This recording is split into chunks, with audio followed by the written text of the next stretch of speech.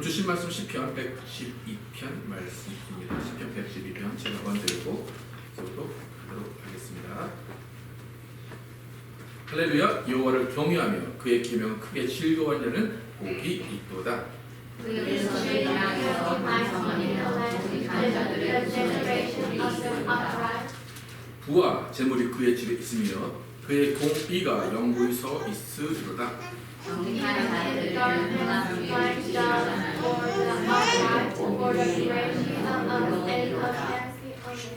은혜를 베풀어 부어 주는 자는 잘 되나니 그 일을 정의로 행하리로다. 그는 영원히 흔들리지 아니하며 그의 영원히 기억되리로다. 그는 흉한 소문을 두려워하지 아니하며 여호와를 의뢰하고 그의 마음을 굳게 정하였도다. 그의 마음이 강구하여 두려워하지 아니할 것이라. 그의 대적들이 만든 공을 마침내 그가 재물을 흩어 빈궁한 자들에게 주었으니 그의 의가 영구히 있고 그의 뿔이 영광 중에 들리리로다. 읽겠습니다. 악인은 이를 보고 한탄하여 이를 계속 소멸되니 악인들의 교만은 사라지리로다. 아멘. 정직, 공의, 정의로 하나님과 세상이 칭찬하는 믿음이라는 제목으로 나누겠습니다. 지난주 111편 받고 오늘 112편인데 두 시는 쌍둥이 시라고 그래가지고 거의 동일한 주제를 가진 시입니다. 하나님의 이적과 하나님의 은혜에 감사하고 기억한다 라는 것이 주제입니다. 그런데 11편과 12편, 111편, 120편이 조금 다른 점이 있는데 뭐냐면 전에 111편은 나 자신이 하나님의 이적을 경험하고 은혜에 감사하고 말씀을 따라 사는 삶을 기억한다. 삶을 살면서 기억한다 라는 거예요. 그러니까 나의 변화에 초점을 맞춘 것이 지난주 시의 주제입니다. 지난주는 나에게 초점이 맞춰져 있어요. 그런데 오늘 112편은 똑같은 주제인데 내가 하나님의 은혜를 경험하고 내가 이적을 경험하고 내가 변화된 것에 의해서 내 가족과 내 친구들과 내 주위 사람들에게 어떤 영향을 미칠 것인가, 어떤 삶을 그들에게 보여줄 것인가를 오늘 112편은 이야기하고 있습니다. 오늘 여러분 설교를 잘 들으셔야 되는데 처음 부분만 이해하거나 뒷부분만 이해하면 안 돼요. 전체를 다 이해하셔야 됩니다. 그러니까 처음에 잠깐 졸다가 뒷부분만 하면은 목사님 이상한 설교 하셨다 생각할 수도 있어요. 네, 그러니까 처음부터 끝까지 다 이해해서 짬뽕을 하셔야 됩니다. 먼저 우리의 신앙, 우리의 삶은 나라는 존재로 시작을 합니다. 우린 이 세상에서 수많은 관계 속에 살아가지만 나라는 주체를 가지고 살아갑니다. 그럼 이 세상에서 누가 가장 소중합니까? 그렇죠? 누가 뭐래도 아무리 내가 남편을 사랑하고 아내를 사랑하고 자녀를 사랑하고 부모를 사랑하지만 가장 중요한 것은 나 자신입니다. 그러니까 내가 사라지면 모든 관계는 다 없어질 수밖에 없는 거예요. 그러니까 내가 먼저 건강해야 돼요. 내가 기분이 좋아야 돼요. 그럼 내가 구원받아야 돼요. 내가 배가 고프면 세상 만사 다 짜증나고 귀찮고 다 배가 고파 보여요. 내가 아프면 세상이 다 아파 보입니다. 여러분 하나님을 믿는 것 사실 누구를 위해 믿는 걸까요? 나를 위해 믿는 겁니다. 나 대신 누가 믿어주고 나 대신 누가 대신 천국 가주게 해주는 그런 일은 없습니다. 우리 모두 한 사람 한 사람 각자가 1대1로 하나님을 만나고 하나님 앞에서 변화받아서 각자가 하나님의 말씀에 의지하고 살다가 천국에 각자가 가는 겁니다. 근데 이렇게 나라는 존재가 있고 내가 하나님을 믿고 내가 이 삶을 살아가는데 사실상 나라는 주체를 가지고 살아가지만 우리의 삶은 나로 국한되지 않는 것입니다. 그러니까 내가 예수를 믿고 내가 하나님을 섬기지만 그것은 나 혼자만의 일이 결코 아니라는 것을 오늘 시편이 이야기를 해주고 있습니다. 오늘 시편의 시작은 역시 나를 어떻게 돌아봐야 되는지 내가 어떤 사람인지를 알려주는 것으로 시작합니다. 오늘 1절을 함께 읽어보겠습니다. 1절만 시작. 할렐루야. 여호와를 경외하며 그의 계명에 즐거워하는 복이 있도다. 지난주랑 똑같은 거죠. 지난주는 여호와를 경외하는 자들에게 양식을 주신다, 땅을 주신다, 기업을 주신다 그랬어요. 근데 오늘도 여호와를 경외하며 그의 계명을 크게 즐거운 자는 뭐가 있다? 복이 있도다라고 분명히 나 자신에 대해서, 나 주체에 대해서 이야기를 하고 있습니다. 근데 여기 복이라는 말이 있는데 그 복을 받기 위해서는 조건이 있다는 거예요. 그죠? 무슨 조건입니까? 여호와를 경외해야 돼요. 또 그의 계명을 크게 즐거워해야 복이 있다라는 거예요. 하나님의 복은 무조건이 아니에요. 하나님의 복은 어떤 조건이 있어요. 우리가 회개해서 하나님을 만나면 구원받는 것은 무조건이지만 복이라는 것은 무조건이 아니라 조건이 있습니다. 근데 그 조건이 여호와를 경외하는 것, 그리고 그의 계명을 크게 즐거워하는 것입니다. 여호와를 경외하는 것, 여러분 어떻다고 생각하십니까? 여호와를 경외한다. 어떤 모습이 여호와를 경외하는 것일까요? 여기 영어에 뭐라고 썼습니까? Blessed is the man who fears the Lord. 그러니까 두려워하는 마음이에요. 근데 사실 두려워하는 마음, 그러니까 존경하는 마음이라는 거예요. 근데 존경하는 마음도 결국엔 하나님을 사랑하는 것에서 나옵니다. 그러니까 복 받기 위해서 우리 자신이 해야 되는 첫 번째 일은 뭐예요? 하나님을 사랑하는 거예요. 경외하고 존경하고 말씀을 따라 사는 거예요. 두 번째는 계명을 즐거워한다. 간단하죠. 말씀을 따라 산다는 거예요. 그러니까 우리가 복 받기 원합니다 라고 하면 두 가지, 하나님을 사랑하고 그의 계명을 지키면 됩니다. 근데 이것이 지금 구약에서 설명하고 있는데 예수님은 이 두 가지 말을 어떻게 설명하셨는지 마태복음 22장 35절에서 40절 함께 보겠습니다. 우리 잘 아는 말씀입니다. 35절부터 시작. 그 중에 한 율법사가 예수께 시험하여 묻되 선생님, 율법 중에서 어느 계명이 크니까? 예수께서 이르시되 내 마음을 다하고 뜻을 다하여 주 너희 하나님을 사랑하라 하셨으니 이것이 크고 첫째 계명이요 둘째도 그와 같으니 내 이웃을 내 자신같이 사랑하라 하셨으니 이 두 계명이 온 율법의 선지자의 명령이니라. 어떤 선지자, 율법학자가 물어봤어요. 그러니까 교수님이 예수님한테 물어본 거예요. 율법 중에 뭐가 제일 중요합니까? 율법 600가지가 넘거든요. 근데 예수님이 딱 두 가지로 정리하셨어요. 첫 번째 뭐예요? 누구를 사랑하라? 하나님을 사랑하라. 두 번째 누구를 사랑하라? 내 이웃을 사랑하라. 그런 뭐와 같이? 내 자신과 같이, 내 몸과 같이 사랑하라. 600개를 쫙 줄였는데 두 개가 남는 거예요. 하나님을 사랑하라, 내 이웃을 사랑하라. 그러니까 아까 전에 계명을 지키면 복 받는다고 그랬잖아요. 근데 율법, 그 계명 중에서 600개 잘 몰라도 딱 두 개, 하나님을 사랑하고 이웃을 사랑하면 뭘 받는다는 거예요? 복을 받는다는 거예요. 그러니까 예수님의 이 말씀은 오늘 시편과 연결이 됩니다. 오늘 시편에도 하나님을 사랑하고 계명을 지키면 복이 있다. 예수님이 이 말씀에도 율법 딱 두 가지만 지키면 하나님 너를 지키실 것이다 라는 거예요. 첫째는 하나님을 사랑하는 것이고, 둘째는 내 이웃을 내 자신과 같이 사랑하라. 600개를 두 개로 줄여주셨어요. 그럼 많이 줄여주신 거죠, 그죠? 예수님은 두 개도 많다 생각하세요. 그래서 하나를 줄여주십니다. 요한복음 13장 34, 35 함께 읽겠습니다. 시작. 새 계명을 너희에게 주노니 서로 사랑하라. 내가 너희를 사랑한 것 같이 너희도 서로 사랑하라. 너희가 서로 사랑하면 비로소 모든 사람이 너희가 내 제자인 줄 알리라. 그러니까 구약에 있던 계명, 하나님을 사랑하고 계명을 지켜라, 그런 복이 있을 거야. 예수님이 600개를 두 개로 줄였어요. 하나님을 사랑하라, 이웃을 사랑하라. 근데 마지막 예수님이 천국 가시면서 하나로 줄여주셨어요. 뭐예요? 그 다음에 서로 사랑하라. 그러니까 결국에 쫙, 그래서 결론은 뭐예요? 서로 사랑하라. 서로 사랑하라, 이 계명은 예수님의 마지막 보루예요. 다른 거 다 몰라도 이거 하나만 해라 라는 거예요. 여러분, 두 가지 계명이 남아있었어요. 예수님께 하나님을 사랑하라, 서로 사랑하라. 예수님 입장에서 뭐가 더 중요할까요? 하나님을 사랑하라, 이웃을 사랑하라. 뭐가 더 중요할까요?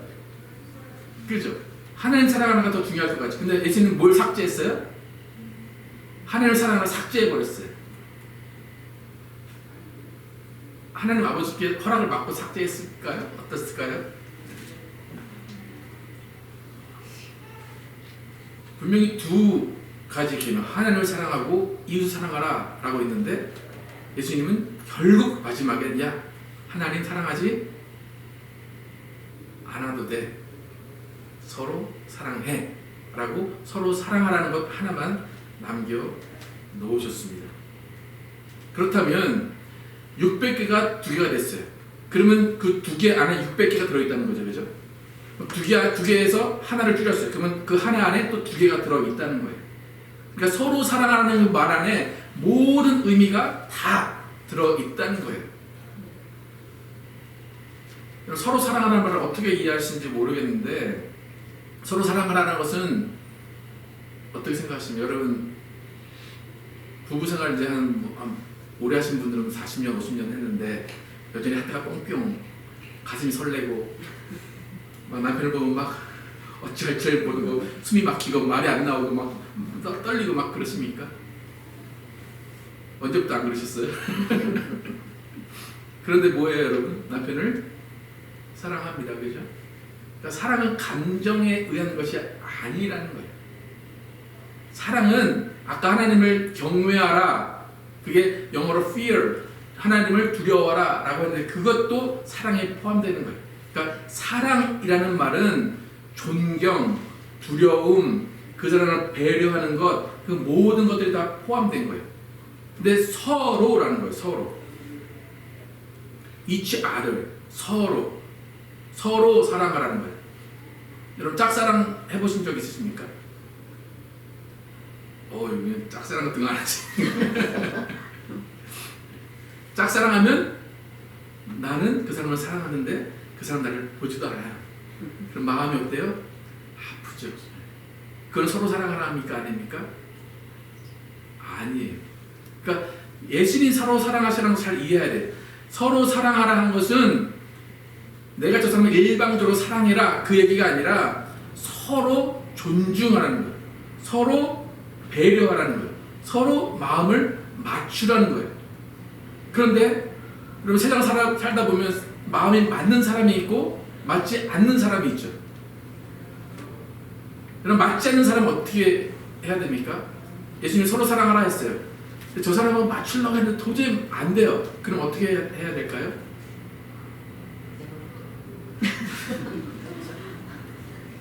왜요? 내버려 두는 거 왜요? 뭐 하라고 그랬으니까? 서로 사랑하라고 그랬으니까. 야, 제가 널 안 사랑해, 걔 그냥 사랑해. 그게 아니라니까요.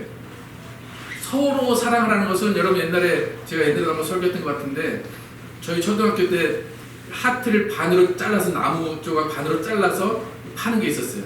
그리고 초등학교 때 나눠갖고 야 나 나중에 우리 20살 넘으면 이거 맞춰보자 그랬어요. 그럼 내가 그 사람을 아무리 사랑한다고 해도 그 사람이 그것을 잃어버리거나 나한테 오지 않으면 하트가 맞춰질 수 없어요. 그러니까 여러분 서로 사랑하는 것에 되게 우리 다 부담스러워하죠. 그죠? 서로 사랑하라 하면 지금 여러분 마음 가운데 한숨이 나옵니까? 기쁨이 나옵니까? 한숨이 나옵니다. 왜 한숨이 나올 거예요? 서로 사랑을 못 지키고 있기 때문에 그래요. 근데 그게 누구의 문제일까요? 제 문제예요. 근데 그러니까 예수님 하신 말씀은 뭐냐면 둘 다의 문제가 아니라는 거예요. 서로 사랑하라는 부부도 안 되잖아요. 부부가 되든가요? 서로 사랑? 언제 마음이 맞아요? 이렇게 남편하고 부인하고. 오늘 저도 와이프가 없는데 아침부터 계속 저한테 잔소리를 하는데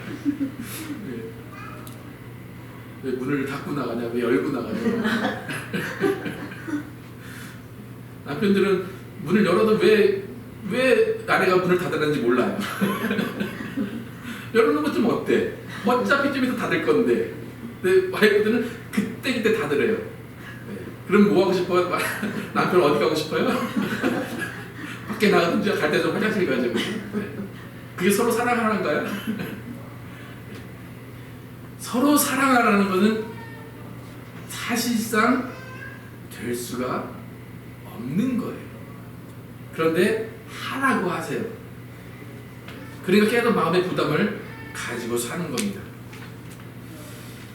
여러분, 우리가 예수를 믿어요. 그죠? 하나님을 믿어요.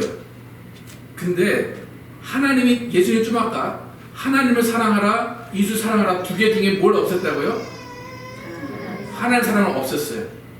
여러분, 믿음이 있으시죠? 근데 믿음을 하나님께 인정받고 싶으십니까? 사람에게 인정받고 싶으십니까? 그죠? 그게 더 의미가 있는 거죠. 베드로가 예수님이 부활하시고 나서 예수님이 죽으실 때 베드로가 3번 부인했잖아요. 그래서 베드로가 미안해서 예수님께 예수님, 나 예수님 사랑해요 3번을 또 고백해요. 예수님이 그 사랑을 받아주셨을까, 안 받아주셨을까요? 예수님 뭐라고 말씀하셨을까요? 내가 너를, 그러니까 베드로가 예수님 사랑해요 라고 하니까 예수님이 그래 나도 사랑한다 그랬을까요? 그죠? 서로 사랑가 된 거예요, 안 된 거예요? 안 된 거예요. 그러니까 여러분, 사랑에 대한 부담을 좀 내려놓으시기를 축복합니다.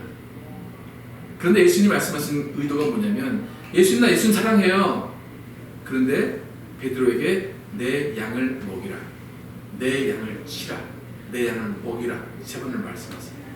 그러니까 하나님을 사랑하는 것을 빼버리셨듯이 베드로가 예수님, 나 예수님 사랑해요 라고 할 때 우리는 하나님을 향한 사랑을 드러내고 싶은데 그 사랑을 누구에게 가져가라고요?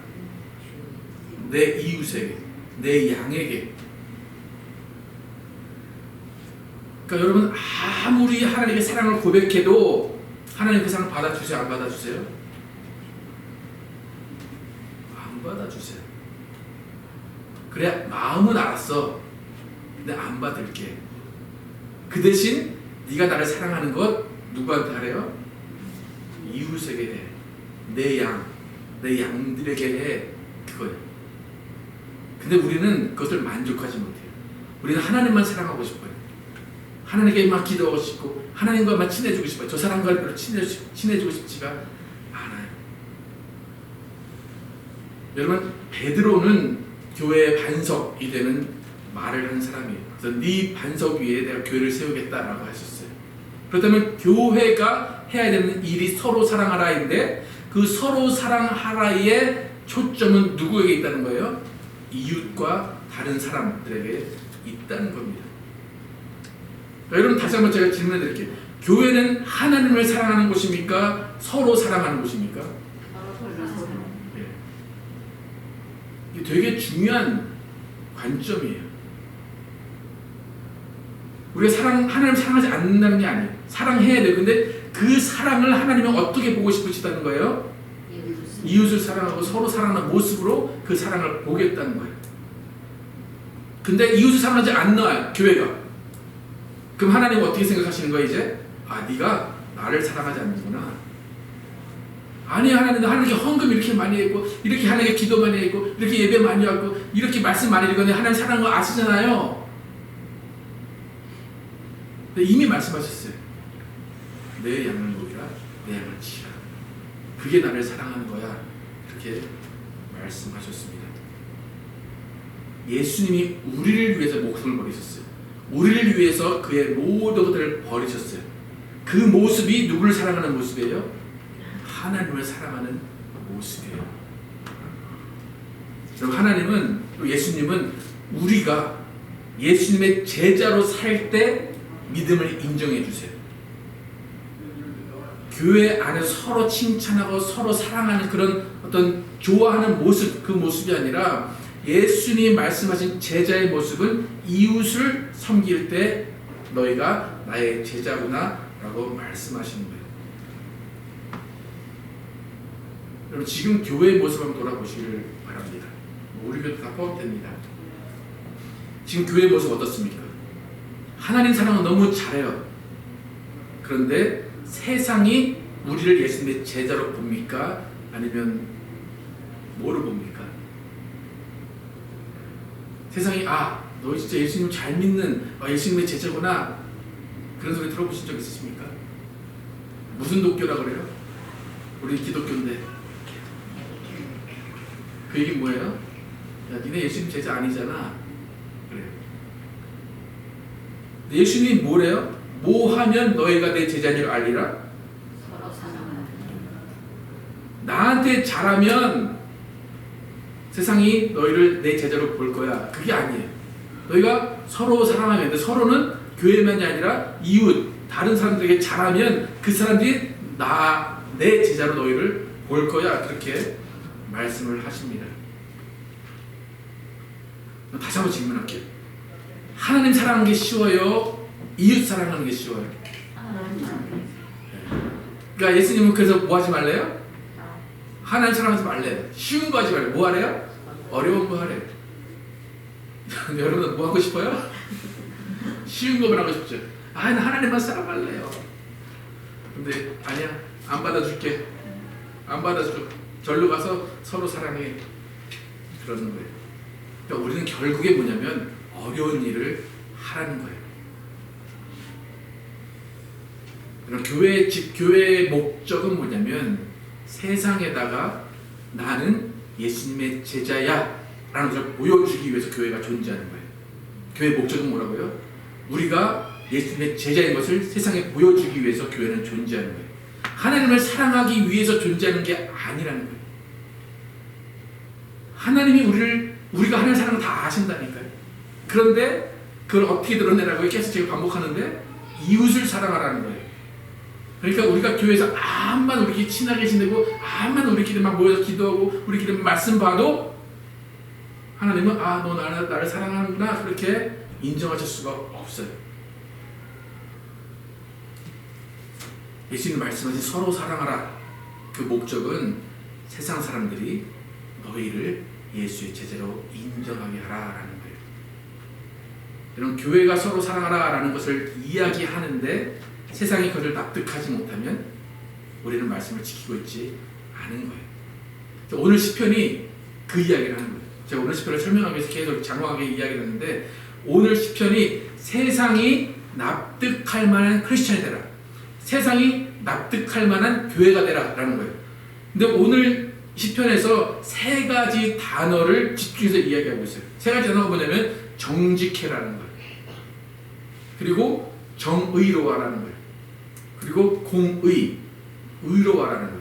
오늘 2절부터 5절까지 한번 쭉 읽겠습니다. 2절부터 5절까지 시작. 그의 후손이 땅에서 강성하며 정직한 자들의 후손에게 복이 있으리로다. 부와 재물이 그의 집에 있으며 그의 공의가 영구히 서 있으리로다. 정직한 자들에게는 흑암 중에 빛이 일어나느니 그는 자비롭고 긍휼이 많으며 의로운 이로다. 은혜를 베풀어 부어 주는 자는 잘 되나니 그 일을 정의로 행하리로다. 1절에서 아까 여호와를 경외하고 계명을 지킨 자는 복이 있다라고 했어요. 근데 복 받은 자들은 어떻게 살아라는 거예요? 정직하게 살아라는 거예요. 복 받은 자들은 공의를 행하며 살라는 거예요. 복 받은 자들은 정의를 행하며 살라라는 것입니다. 여러분 지금 세 단어 정직, 공의, 정의 이 세 단어가 지금 교회에 딱 어울리는 말입니까? 여러분 세상 누군가 교회 안 다니는 사람한테 오늘도 가서 물어보세요. 야, 교회는 정의롭고 정직하고 공의로운 곳이야. 세상 사람들 뭐라고 할까요? 이 사람 웃기고 있다고 들린 것 같은데 왜 그렇게 됐을까요? 복 받았어 나 복 받았어 너희도 복 받아 라고 얘기해 교회가. 근데 정직과 공의와 정의가 사라졌어요. 복만 있어요. 복만. 어떤 목사님이 그래요. 한국교회에서 건축법을 가장 많이 어기는 단체가 어디냐 그래요. 한국에서 건축법을 가장 많이 어기는 교회가 어기는 데가 어느 단체일까요? 교회래요. 근데 이제 사실 제가 건축을 해보니까 알겠는데요. 법 지키면 잘 안 돼요. 저희도 지금 3년 걸리죠. 3년. 법 지키다 보니까 안 돼요. 그래도 뭐 해야 돼요? 정직하고 공의롭고 정의로워야 되는 거예요. 그래야 세상이 인정하는 거예요. 교회는 실패할 수 있어요. 저희도 건축을 실패할 수 있어요. 그래도 세상이 인정하면 누가 인정하는 거예요? 하나님이 인정하는 거예요. 우리는 뭘 보여드리고 싶어 하나님께? 성공한 걸 보여드리고 싶은 거예요. 그러니까 온갖 술수 편법 사용해서 다 해놓고 하나님 나 이거 했어요 라고 해요. 근데 교회는 세상은 교회를 그것 때문에 욕을 해요. 하나님은 나 그거 안 받을게. 그래도 우리는 하나님 영광 받으십시오. 영광 받으십시오. 그렇게 이야기합니다. 또 교회 안에 있는 우리의 모습은 어떤가 하는 거예요. 여러분 정직하시고 공의로우시고 정의로우십니까?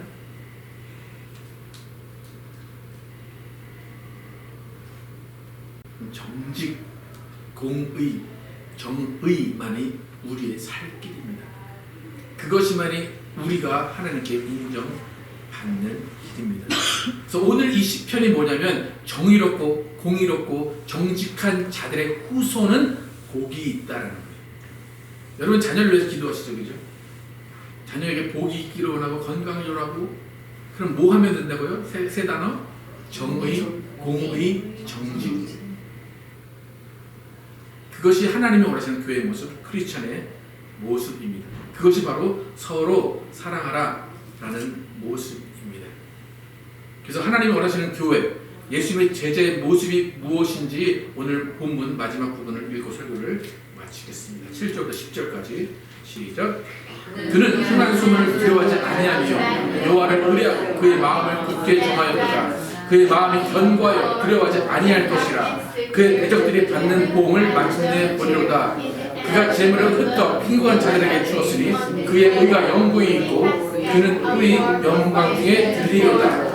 악인은 이를 보고 한탄하여 이를 들면서 손을 내리니 악인들의 욕망은 사라지리로다. 교회가 내 배만 불리는 것이 아니라 구절처럼 그가 재물을 흩어 빈곤한 자들에게 주었으니 그의 의가 영구히 있고 그의 뿔이 영광 중에 들리리로다. 교회가 불을 축적하는 것이 아니라 그것을 흩트러 뿌려서 가난한 자를 도와주면 의가 있고 영광이 드러난다라는 것입니다. 그럴 때 예수님 말씀하신 대로 음부의 권세가 교회를 넘보지 못하는 겁니다. 여러분 우리는 악과 싸우자고 얘기해요. 근데 악은 싸우는 게 아니에요. 내가 선을 행하고 있으면 악은 스스로 소멸된다고 지금 10절에 분명히 이야기를 합니다.